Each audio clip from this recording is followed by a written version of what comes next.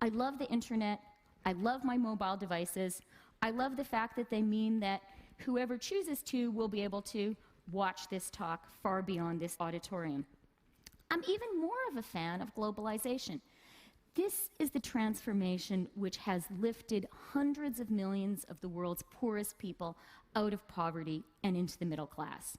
And if you happen to live in the rich part of the world, it's made many new products affordable. Who do you think built your iPhone? And things that we've relied on for a long time, much cheaper. Think of your dishwasher or your t-shirt. So, what's not to like? Well, a few things. One of the things that worries me is how easily what you might call meritocratic plutocracy can become crony plutocracy. Imagine you're a brilliant entrepreneur who has successfully sold that idea or that product to the global billions and become a billionaire in the process. It gets tempting at that point to use your economic nous to manipulate the rules of the global political economy in your own favor. And that's no mere hypothetical example. Think about Amazon, Apple, Google, Starbucks. These are among the world's most admired, most beloved, most innovative companies.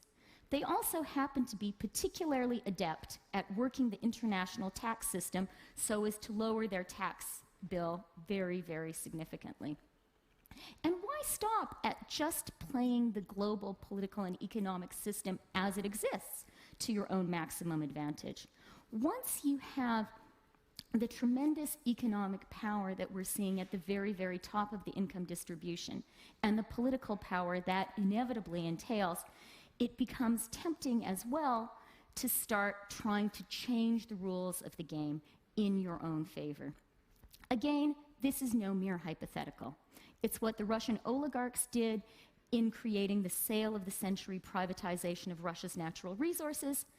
It's one way of describing what happened with deregulation of the financial services in the US and the UK. A second thing that worries me is how easily meritocratic plutocracy can become aristocracy.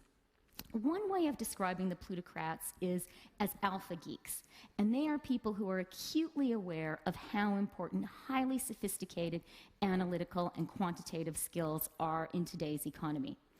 That's why they are spending unprecedented time and resources educating their own children.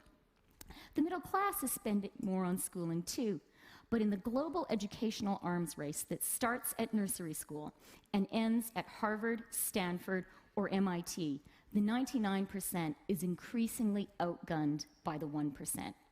The result is something that economists Alan Kruger and Miles Korak call the Great Gatsby curve. As income inequality increases, social mobility decreases. The plutocracy may be a meritocracy, but increasingly you have to be born on the top rung of the ladder to even take part in that race. The third thing, and this is what worries me the most, is the extent to which those same largely positive forces which are driving the rise of the global plutocracy also happen to be hollowing out the middle class in Western industrialized economies. Let's start with technology. Those same forces that are creating billionaires are also devouring many traditional middle-class jobs. When's the last time you used a travel agent? And in contrast with the Industrial Revolution, the titans of our new economy aren't creating that many new jobs. At its zenith, GM employed hundreds of thousands. Facebook, fewer than 10,000. The same is true of globalization. For all that it is raising hundreds of millions of people out of poverty in the emerging markets, it's also outsourcing a lot of jobs from the developed Western economies. The terrifying reality is that there is no economic rule which automatically translates increased economic growth into widely shared prosperity. That's shown in what I consider to be the most scary economic statistic of our time. Since the late 1990s, increases in productivity have been decoupled from increases in wages and employment. That means that our countries are getting richer, our companies are getting more efficient, but we're not creating more jobs, and we're not paying people as a whole more.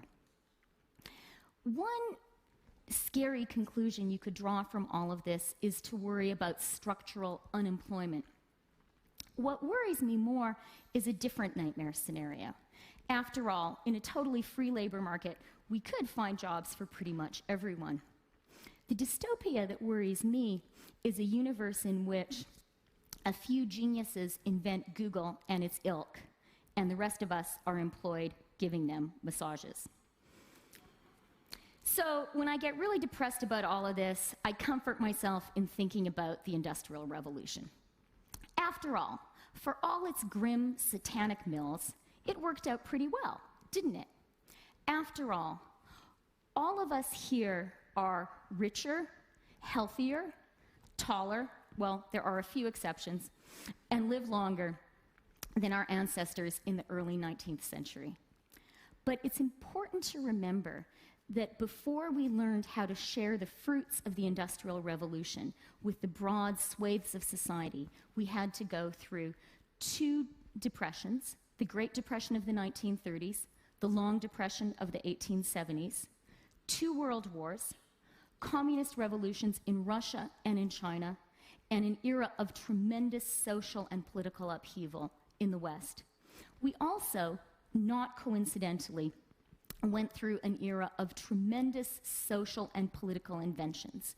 We created the modern welfare state, we created public education, we created public health care, we created public pensions, we created unions. Today, we are living through an era of economic transformation, comparable in its scale and its scope to the Industrial Revolution. To be sure that this new economy benefits us all, and not just the plutocrats, we need to embark on an era of comparably ambitious social and political change. We need a New Deal.